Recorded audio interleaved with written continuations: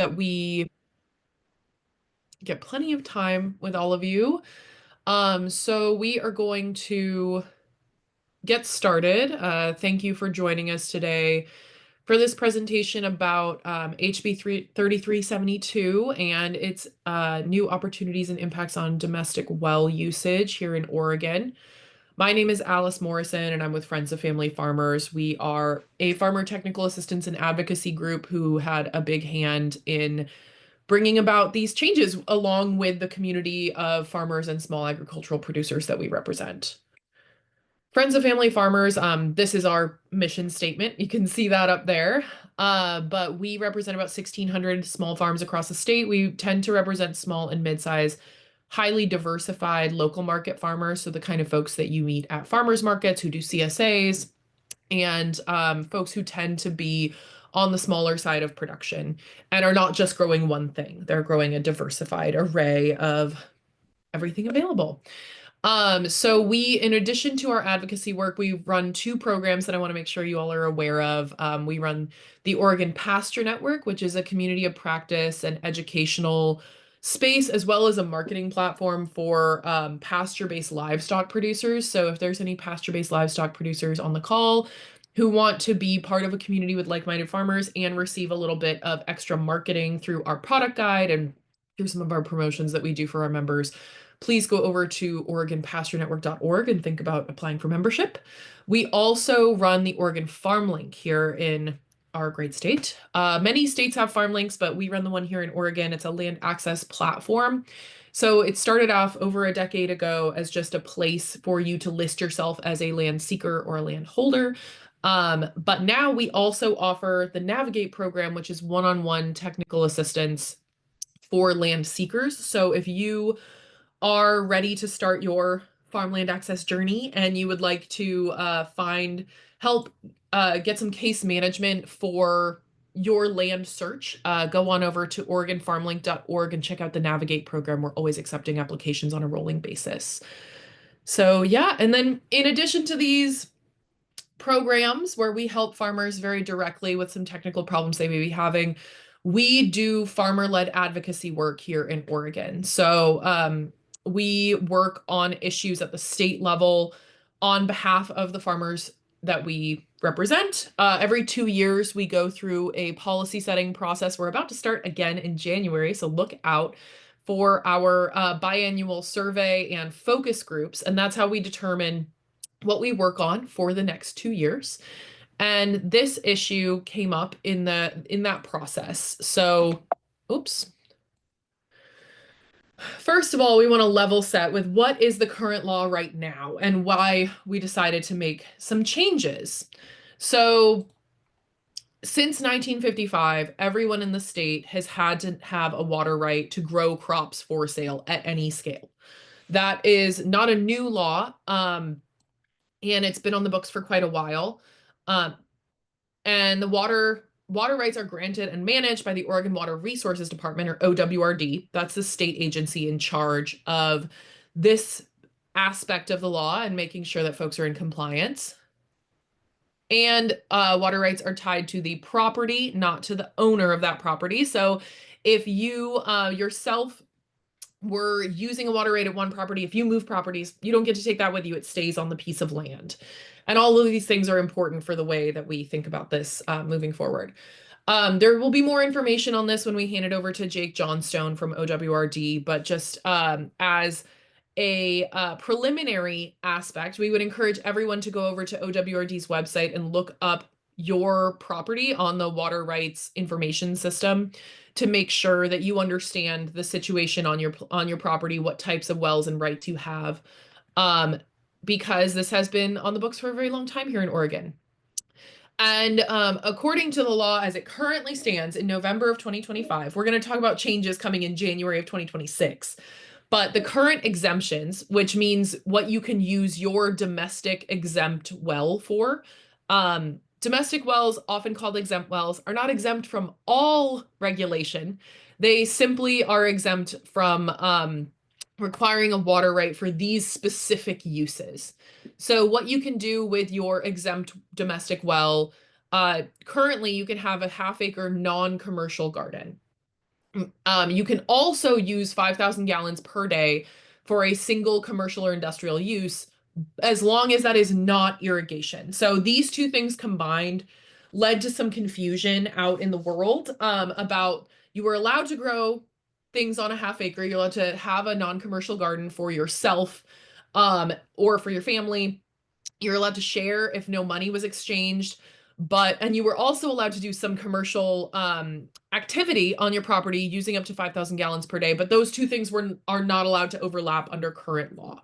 We're going to talk about how that changes in just a moment. You were also stock water. This is not something that was touched by the changes that we made in the 2025 session.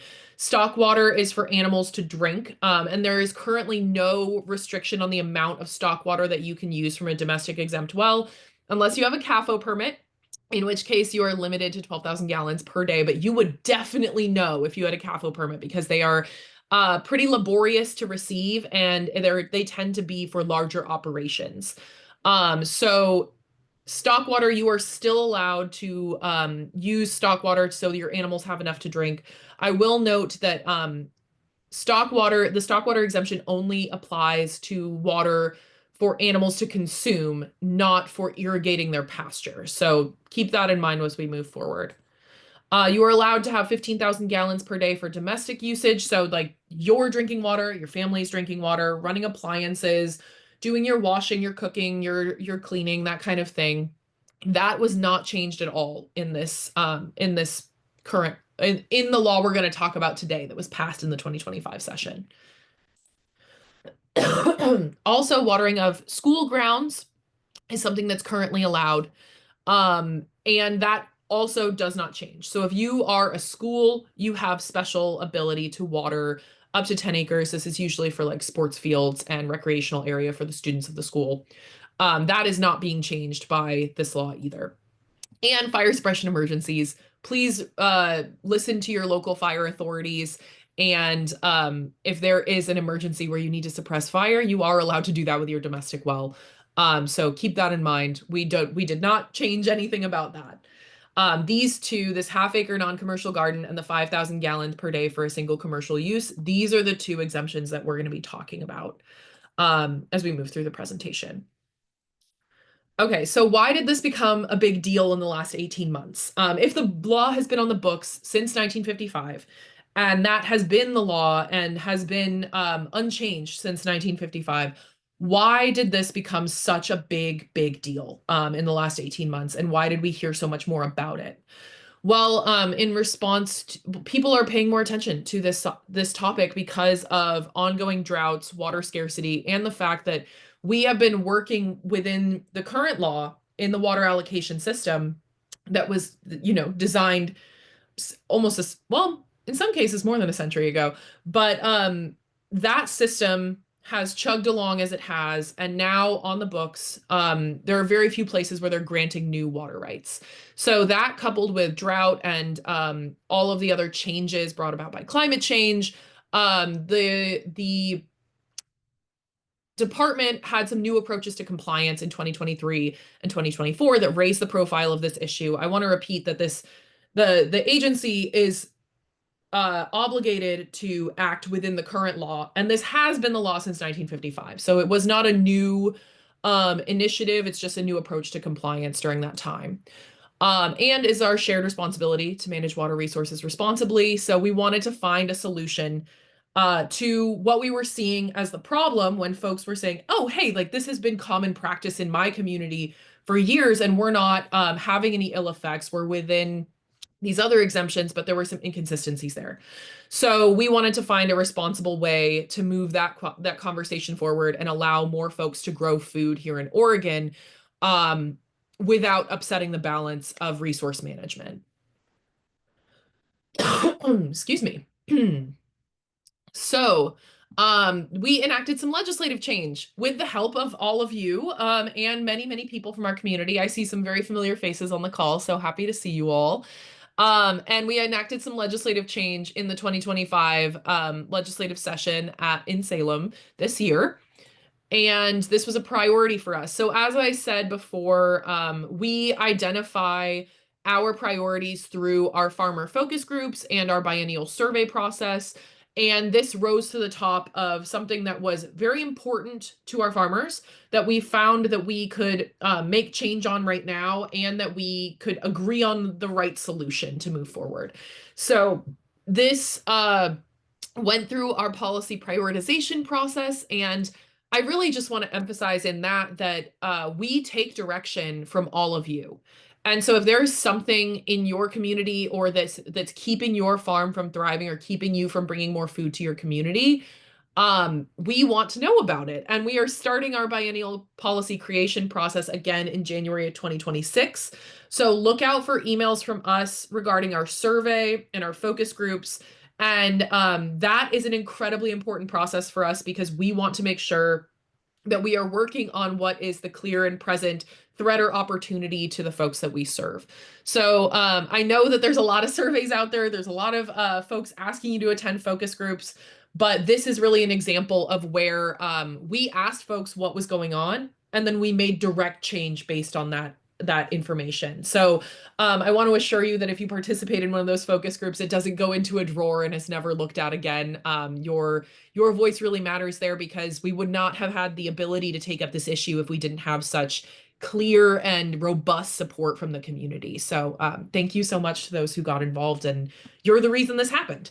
And then once we identified this as a priority and we're able to develop a legislative concept and work with some folks within the House Ag Committee, we want to give a very hearty thanks to Representative Ken Helm and Representative Mark Owens, who championed this concept as the co-chairs of the House Agriculture Committee, and really enabled us to have this conversation on a larger stage. We're really grateful for their support and for them bringing this conversation into the light. We also worked with some wonderful partners across the state. So Water League, High Desert Partnership, Oregon State Grange, Rogue Farm Corps, and Plug, which is the permaculture land use group of Oregon, were some of the folks who really stood up and came out for this particular piece of legislation. And we're really grateful for your support and participation that really demonstrated that this impacts many, many folks, not just the folks that FoFF serves. So thank you so much to everyone who came out in the legislative process. Okay, so now that we talked about the process, what is actually in the law in HB 3372 that we were able to pass in 2025? So first of all, I just want to say again that this law, it takes effect January 1st of 2026. There will also be a rulemaking process on this to make sure that the administrative rules that, so when we think about our Oregon laws, we have ORS, the statute, and the Oregon regulatory statute is the letter of the law. It's what's passed in the bill. And then OAR, which is Oregon Administrative Rules. You might see these documentations when you're looking into how laws are being applied. OAR, or the rules, is like a more detailed guidebook of how the agency implements that law. And so it's very, very common and necessary, and really, like, the next phase in the process is when a law takes effect, the governing agency, so in this case OWRD, makes sure that their rules match the new law. So there will be a rulemaking process, but it will just be to update those rules to match the new statute. So look out for that, and we have committed that we are more than happy to participate in that process to make sure the legislative intent is carried through. So this law and rule will all be matching in early 2026, and the new governing wisdom from the state on how we approach domestic well usage for commercial agriculture is that we're somewhat taking those two first exemptions and having some overlap there. So the half-acre garden, that it used to be non-commercial only. That's the 2025 statute. Now you can use that half acre for whatever type of production you would like. You can have that be commercial in part or in whole. You can have a little bit of personal, a little bit of commercial, all within your half acre footprint. And that half acre now has to have a limit of 3,000 gallons per day of applied irrigation water. So that just means that you can't use more than 3,000 gallons per day to water that half acre, but now you can use your half acre for whatever type of production you would like within that 3,000 gallons. Um, that also, but we wanted to make sure that folks were still able to use their full 5,000 gallon commercial allocation, because we know that there are other things that go into bringing your product to market. There's post-harvest handling. There's value-added products. You need to wash your salad mix is really what that comes down to. Um, excuse me. And you might need to use water when you're making your pickles under the producer process exemption of the Farm Direct Law or things like that. So that means that we wanted to make sure that folks had the ability to use some of that commercial allocation after the irrigation process. So your irrigation cannot exceed 3,000 gallons, and your irrigation plus whatever other commercial water use you have has to add up to no more than 5,000 gallons. So if you are using your full 3,000 gallons for your irrigation per day, then you would have 2,000 gallons to use in your post-harvest handling or value-added product or whatever other commercial use related to your farm is going on. So that means that essentially we're still within the bounds of the previous law, that 5,000 gallon exemption for commercial usage and the half acre. Those things have not changed. You just have the option to use up to 3,000 of your 5,000 commercial gallons for irrigation on your half acre for commercial production or any production, but it opens that door. I will say that there were a couple of additional amendments to work out some of the details. Cannabis is excluded as a commercial crop. OLCC will not accept a domestic exempt well as your source, your water source on your permitting papers for having your commercial cannabis business permitted. You still have to have a water right to do that type of production. That's not a change. That was the case before this law went into effect. But we wanted to call that out so folks are understanding. The -7 amendment, which was included, introduced the fact that they wanted to make sure that hemp growers, so non-THC hemp growers, were allowed to use this exemption. So that's a distinction that was made during the legislative process. And then also the lower Umatilla Basin groundwater management area, which is a very sensitive groundwater area in Morrow and Umatilla counties. They're facing some pretty extreme and emergency level water contamination from nitrate poisoning, and some additional like watershed problems from scarcity and the concentration of those contaminants. So they requested that their groundwater management area be excluded from eligibility on this change until January 2028. There's a sunset on that, but they're in the midst of developing and implementing their monitoring and repair project right there. And that is something that we, have continuously worked on with our partners at Oregon Rural Action. They have a lot more information about what's going on there on the ground if folks are interested. But that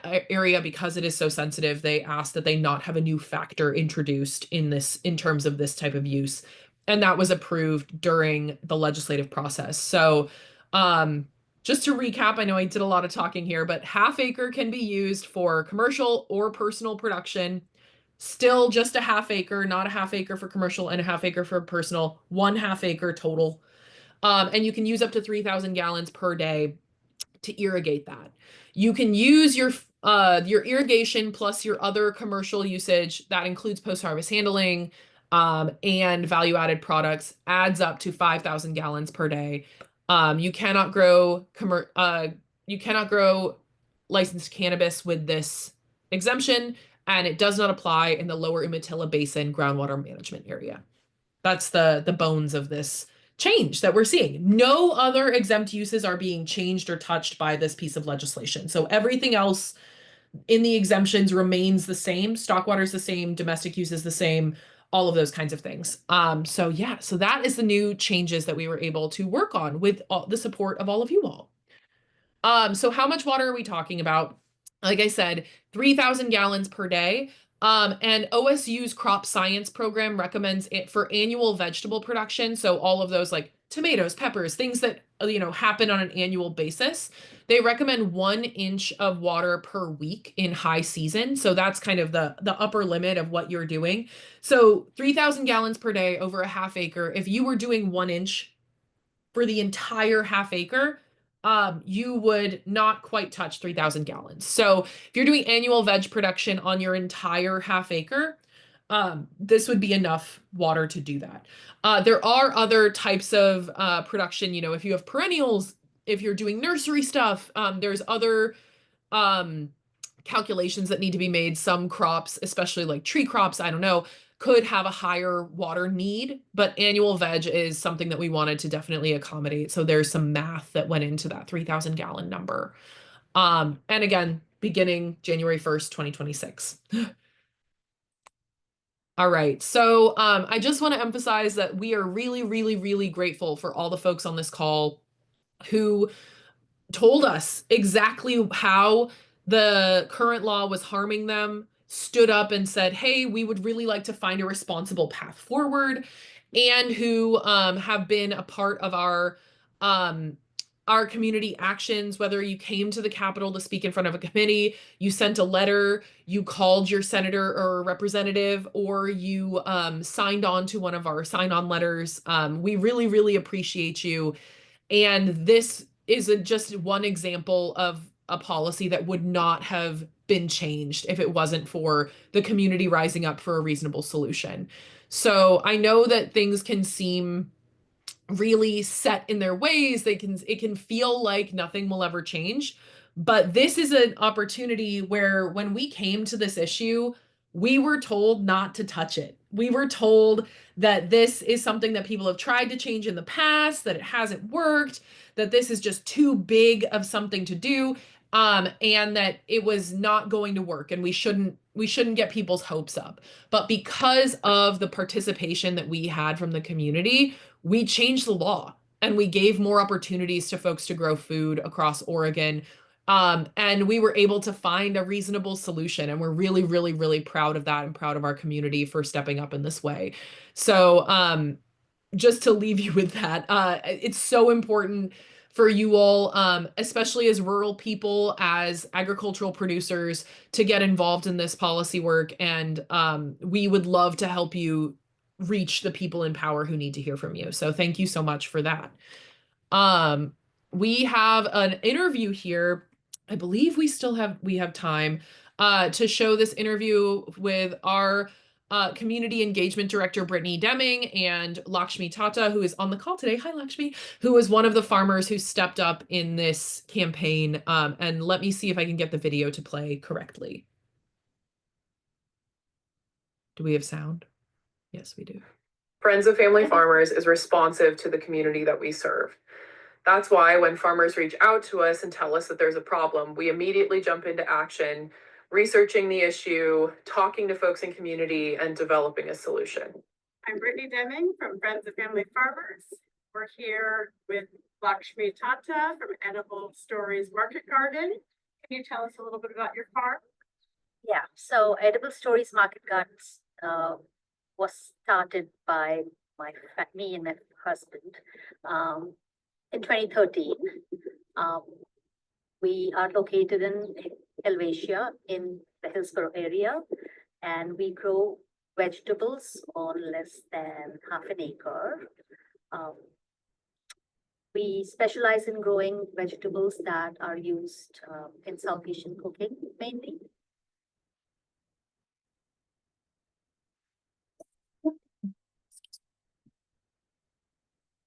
Hi, my name is Jenny Jonak. I'm the founder of Dragon Song Farm. We are a cut flower farm that specializes in regenerative and sustainable farming practices. We're located in the Eugene, Oregon area of the Willamette Valley.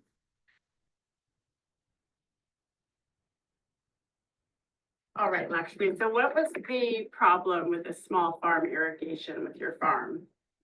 So we moved to this place in 2013 to have a small market garden.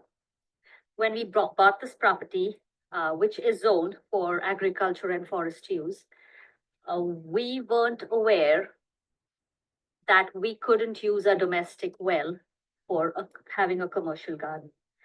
What we were told is that you can grow vegetables and sell vegetables on less than half an acre. So I think a year and a half, 2 years ago, when the whole water rights issue came up, that's when we learned that what we're doing is not legal. I have a friend that runs a farm around the corner from us, and she had been farming for quite some time. She was very surprised to get a letter from our local water master letting her know that she did not have water rights and could not continue to grow, even though she grows on half an acre and uses about 1,000 gallons a day. What she grows, she feeds about 20 different families or more with a CSA and a farm stand. And she unfortunately wound up having to shut down her farm and find other employment. How do you think you grew as an advocate working with FoFF? This whole experience of being involved in FoFF's legislative efforts made us understand how we can advocate for ourselves, what are the steps involved. FoFF actually helped us not just getting in touch with the legislators through their rally day, because that was itself a very big learning experience. We had no clue how it's going to all be, but FoFF was there every step of the way. They made us understand what the purpose of the rally day is for. What's involved, what does it mean to meet with the legislators? How are we going to approach these legislators? Kind of like coming up with talking points. I learned about how effective it can be when small farmers get together and understand the legislative process and can provide feedback to the legislators, to the committees, and to community members so they can also provide input. No matter how inexperienced you may be with the legislative process, Friends of Family Farmers can guide you through every step of the way so that your voice and your input can be heard. So how would your experience be different without FoFF's guidance and support? We wouldn't have been able to do what we are doing and have been doing for the last 13 years. We wouldn't have known who to approach, how to get the advocacy work done. We wouldn't know how to talk with the state at the state capitol. I really didn't know how the legislative process worked in terms of committees, in terms of amendments, and how long the process was. Being able to really get constituent feedback, to work with different interest groups, and to try to come up with a consensus, that was something that I would not have been able to do without Friends of Family Farmers guidance. Speaking for myself as a Korean American, I'm very cognizant of the fact that people of color were not able to own or rent land easily during the time period when we had senior water rights given out. And so as a result, you see a big discrepancy between the population for people of color in Oregon and farmers of color who simply don't have access to land. So without some means of getting access to water, and there is a moratorium on most water rights being granted, without that access, you had that inequity built into the system. And you had a lot of people who were able on a very small scale to feed a lot of people, but were not able to bring it to market or do anything with it. All right. Thank you all so much for that and for being part of this process. I see a lot of questions coming through in the chat, and we are documenting all of them, and we'll make sure that they get answered in the Q&A. Some of them are technical questions that Jake can handle, and some of them were decided in the policy legislative process, and I can speak to those.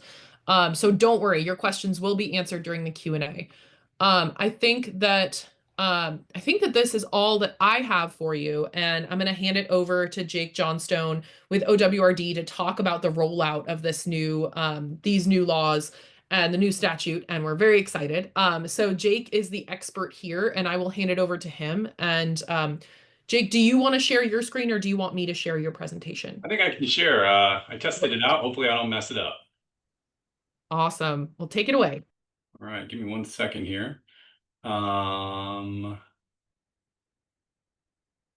if I could just get a thumbs up or a yes, that looks right, that would be helpful. Okay, I see thumbs up. That's great. Okay, all right, so small farms and water. So yes, I did see some of the questions in the chat. I am going to lightning round this presentation because it is every time we get an opportunity at WRD to talk to water users, we want to do a little bit of Water Rights 101, a little bit of history of what the department does to try and increase that shared understanding of what our operations are. Very brief introduction of myself. I am the deputy administrator, or the deputy administrator for the Field Services Division at Oregon Water Resource Department. The Field Services Division is the group of water masters, 23 water master districts, and 6 region managers, around 35 assistant water masters, that manages and distributes the water of Oregon. And I come to you from Southern Oregon. I'm in my Grants Pass office today. And my roles with the department have been a water master and a region manager. So I've got a lot of experience working in the field around water law compliance. So I'm really excited to be here with you guys today. I'm going to try and advance this slideshow. So let me know if that works. Did that get to the next slide for everyone? Great, thank you.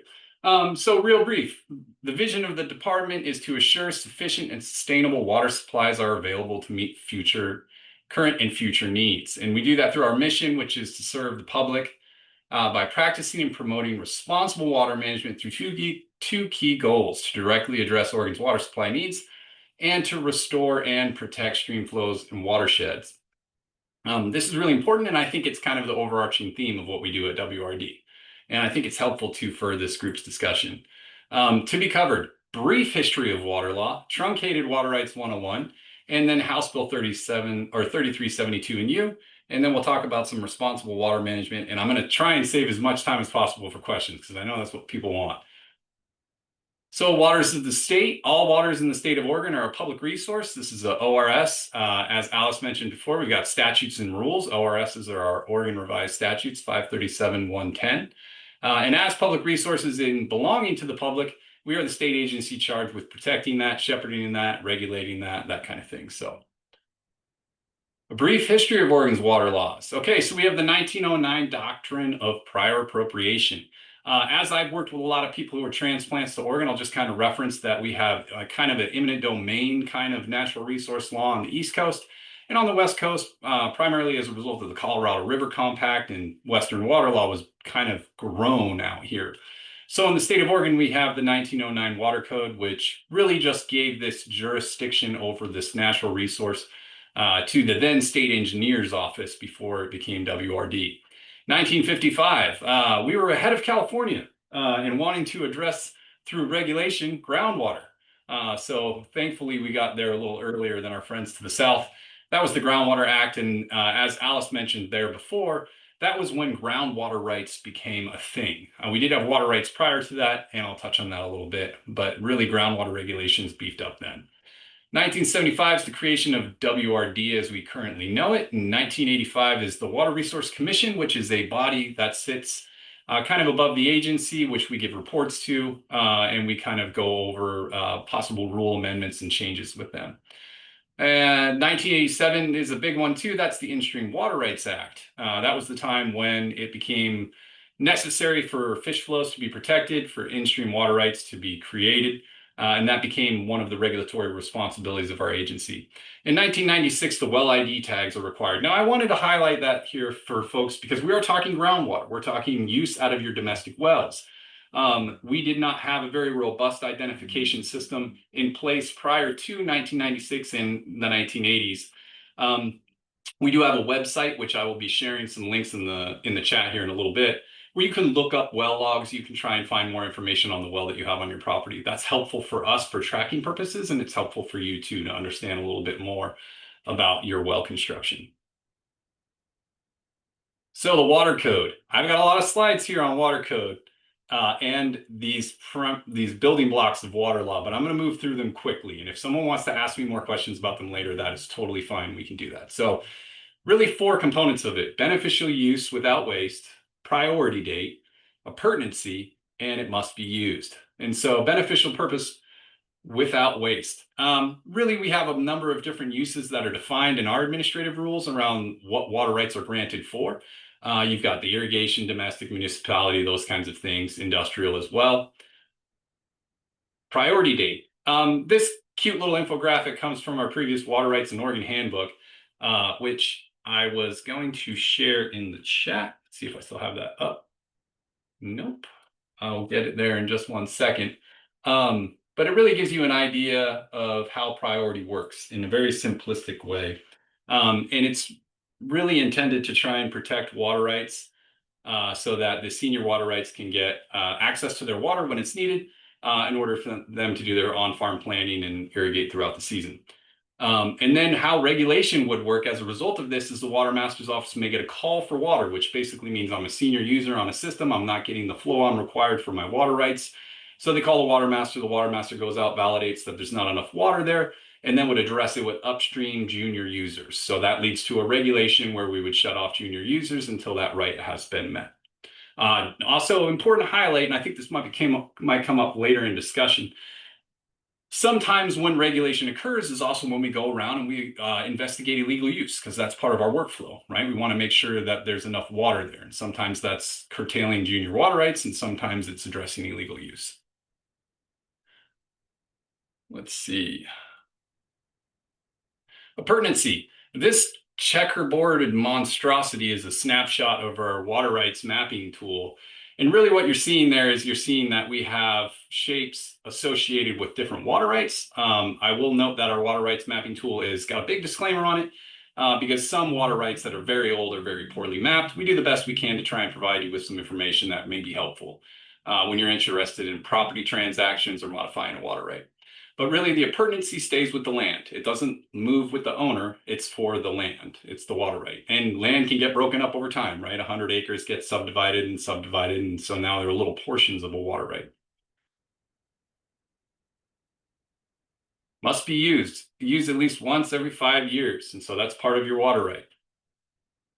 And then water use authorizations. I wanted to add this in here just for folks to understand because there are numerous things. You might hear, I have a water right, and then find out you have a permit. That's actually not a water right yet. There's still a step that needs to be done, and a phone call to your water master can help you understand that. There are also groundwater and surface water registrations. In 1909, surface water registrations, and in 1955, groundwater registrations. What those are unadjudicated claims that water use was occurring prior to the 1909 the prior appropriation doctrine. Adjudications are a process that we do, and there was the most recent adjudication of note was in the Klamath, and that is really where claims come forward and they are adjudicated over and then validated, and then the issuance, the final decree leads to certificated water rights. Exempt use registrations. I wanted to throw that out there too, because there may be folks on the line or folks you know who have a pond and they're like, I can't find any record of it. Is it a water right? Is it not? In the 1990s, there were 2 legislative processes to try and get these ponds registered in a way. They are not water rights themselves. However, they are kind of an exempt use registration. A trip to the water master's office or a phone call to your water master may be able to help you kind of clean that up. Those are systems we're trying to digitize, but they're not all digitized yet. So that will physically require a water master to look through an old filing cabinet, of which we have several here in the Grants Pass office, and find one of these old, we call them P-ponds, map files. And then exempt spring letters, or rather exempt spring letters. Those are something where the water master comes out and looks at a spring on your property to kind of decide whether or not that's exempt from the permitting process, and there's statutory guidance on that. That is something that we run into sometimes where consultants or a realtor will say, oh, well, they've got an exempt spring. It's not exempt unless the water master has reviewed it and you have that letter. So that's an important little clarifier there. Let's see, briefly the anatomy of a water right. You've got the type, you've got the source, you've got a rate, and you've got acreage. And I saw a question there asking about, acreage to rate, which I'll touch on a little bit when I get to the questions and answers in the chat. Place of use and season of use. Really, those are the basic anatomy of a water right. And happy to share more on that if there's a question. So, do you need a water right? If you need a water right, rather, You have a number of different ways you can go about it. File an application with WRD for a groundwater right or a surface water right. You can file for a storage application, which could be groundwater or surface water, and the use of stored water. So in some of our project areas, like in the Willamette, there's project water, so stored water behind very large reservoirs. If you have access to some of these water bodies that move and convey that water, you can apply for contract water out of that facility. There are Bureau of Reclamation operated and Army Corps operated dams around the state where there's still contract water available behind those reservoirs. However, if you're up a tributary and you're too far away, then that might not actually be an option for you. And then there's a limited license for use. The department does have the ability to file for limited licenses. However, they have a very strict set of rules and statutes that they have to be adhered to. And that may not be a solution for you if you're looking at, setting up a farm and moving into irrigation year after year after year. They're really intended to be a short-term use for a short-term need. And then transfer options. Are there water rights in your area that aren't being utilized with regularity? Is there a neighbor who may not really need as much of that acreage? You can look at changes to the water right through our transfer process. You can change things like the place of diversion or POD, the point of appropriation or POA. So diversion being surface water, appropriation being groundwater. And then COU is character of use. Government, we love our alphabet soup. But character of use would be moving from things like irrigation to industrial or things like that. And then the place of use, of course, if you're moving it to your property. Now, something that needs to be understood, though, is you're looking for same source, same impact or similar impact. Meaning like you can't transfer somebody's groundwater right 60 miles over here because that's probably not the same aquifer. And so that's part of our transfer process to look at that. How is it going to impact the original source? And it needs to be similar. Surface water, if you're downstream, probably good. Upstream, not so good. There are other things that play into factors there, like injury and enlargement and how that might affect other water rights. Again, great opportunity for questions to your water master if you do want to pursue one of these options. And then there's water hauling. So I mentioned before, I was a region manager and a water master. I was that in the Southwest region, which again, coming to you from Grants Pass, the hot spot for cannabis. And before that, it was grapes and wineries. This can work for you. It may not work for you. It can be cost prohibitive to haul water to try and offset your needs. However, if you're just a small farmer, it may work just fine to haul water if you can't get the needs met with that use, which is exempt. And then rainwater catchment, you can actually collect quite a decent amount of water if you have greenhouses piped to storage tanks, that kind of thing. And so that is a need, especially in the Willamette Valley, that we've had farmers actually in the cannabis industry utilize that. Now, I'm not going to go through the entirety of this slide. It's my understanding that Friends of Family Farmers is going to share my presentation in PDF format. I wanted you to have these statutes. I wanted you to have access to the actual language associated with department-produced information on some of these exempt uses, because the devil's in the details, right? That's how all this stuff goes. So if you have a question on any of these things, you can ask me at the end, or you can ask your water master. But really just highlighting those uses which are exempt from the permitting process for surface water and the statutes that reference those. Groundwater, exempt uses of groundwater currently, and I'm not going to belabor this either because Alice did a great job of pointing that out. I do want to point out that the group and single domestic use is 15,000 gallons per day as a maximum. What that is intended for, though, are some of those developments where you have multiple homes, those kinds of things. And then stock watering, just to clarify it and mention it, there was a piece of legislation, Senate Bill 85, that changed the stock water cap. Alice did mention that, as that's another one of the things that I got involved in for the department. I just want to clarify that the 12,000 gallon a day cap for CAFOs is for new and expanding CAFOs. The historical use associated with a CAFO actually was limitless. So we've been working with our partners on ODA as part of that CAFO registration and water supply plan review here at the department, really working to try and help educate that community, that CAFO community, on what kind of water use is allowed under these changes to statute. And then the irrigation, as we've discussed, the industrial, and the watering of school grounds. Alice had pointed out that watering of school grounds is exempt from the permitting process up to 10 acres. I want to point out, though, a little detail here that's really important. That's in critical groundwater areas only. Anywhere else in the state, it requires a water right for a school to irrigate more than half an acre of land, just like anyone else.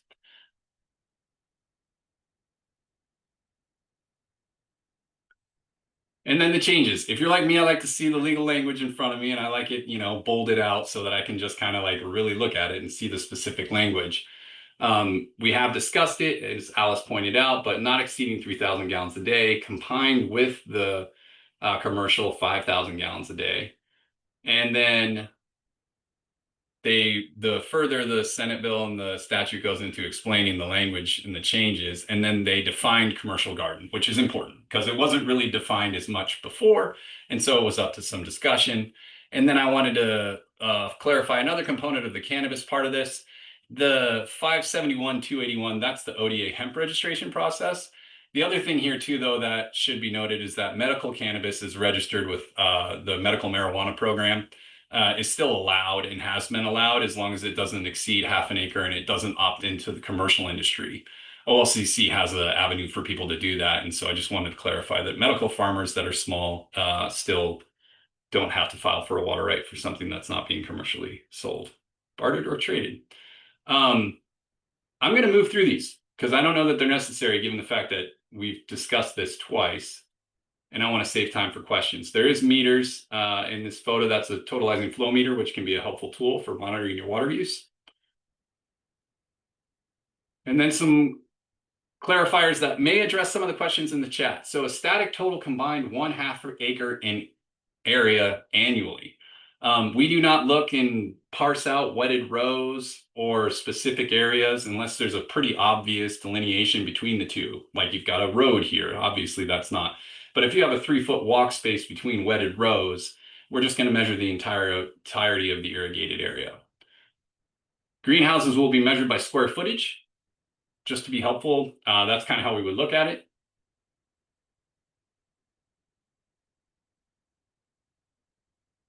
And so this was prepared by one of our staff just to look at things for our tool, our mapping tool, which also can be a tool for you because you can draw polygons on here and get acreage. This is a intended area to be irrigated, a little farm area, and that's about 0.49 acres in that frame.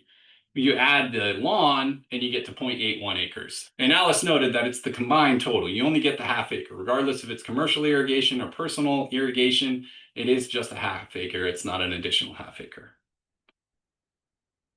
And then there's no season of use defined. So it is the growing season, whatever that may be for you. A primary driver for us in the Water Master side of things is beneficial use without waste. Remember, that was part of the building blocks of the water code. So is it wasteful or not is a big part of what kind of dictates whether or not you're in compliance or not. So if you have, an extended irrigation season and then you've irrigated your crops, you've harvested, and then you move into a greenhouse, as long as you're not exceeding that half acre and you're not exceeding the rates associated with the statute, then you should be good.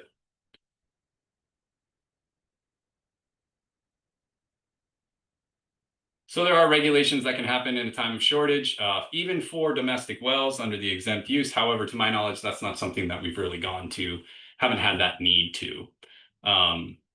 I'll just move on. It's more of an FYI. There was a question regarding other critical groundwater areas, so maybe I'll address that here. So the Love Guama was addressed specifically in the statutory language. What you should also be aware of, though, is that there are final orders associated with the issuance of a critical groundwater area or a groundwater management area. It will be important for you to understand what those orders may be for the area that you're in. Some of those final orders specifically address 537, 545, and exempt uses, further constraining those uses that are allowed under the statute. What does that mean? That means if you're in one of those areas, which our mapping tool will show you, then you really should call the water master and ask the question because you may have further restrictions on how much land you can irrigate, but those are very case by case. So I just wanted to put that out there.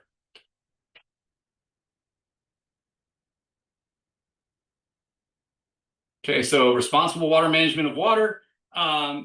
We like to do that through education. Opportunities like this to do outreach and talk to people and answer questions. We feel like education is the best enforcement. If you can get people to understand what the rules and the statutes are, then they can, kind of enforce their own water law. The legislative process, so much like Friends of Family Farms, of course, the agency is discussed regarding these statutory changes, and we support the legislative process really from a neutral standpoint. This is our understanding, these are our past practices, this is how it would affect statute and law.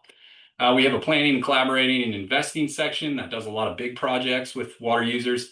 We have technical services division that does groundwater and surface water modeling. We have public responsiveness. We have a media group. We have public records requests. We have the work that we do in our 23 water master districts. And we're interagency, intergovernmental. We meet with county government and other state agencies and tribal governments to try and figure out how to best manage the water resource. The enforcement is engaged in the districts. We're out there, the water masters, protecting water rights, both in-stream and out-of-stream. And we also do public safety. That's something that people don't know as much about the department. We do dam inspections around the state. And we also inspect wells to make sure that they adhere to construction standards. And we work with the well constructors to make sure that they're still adhering to whatever those statutory changes are on public safety.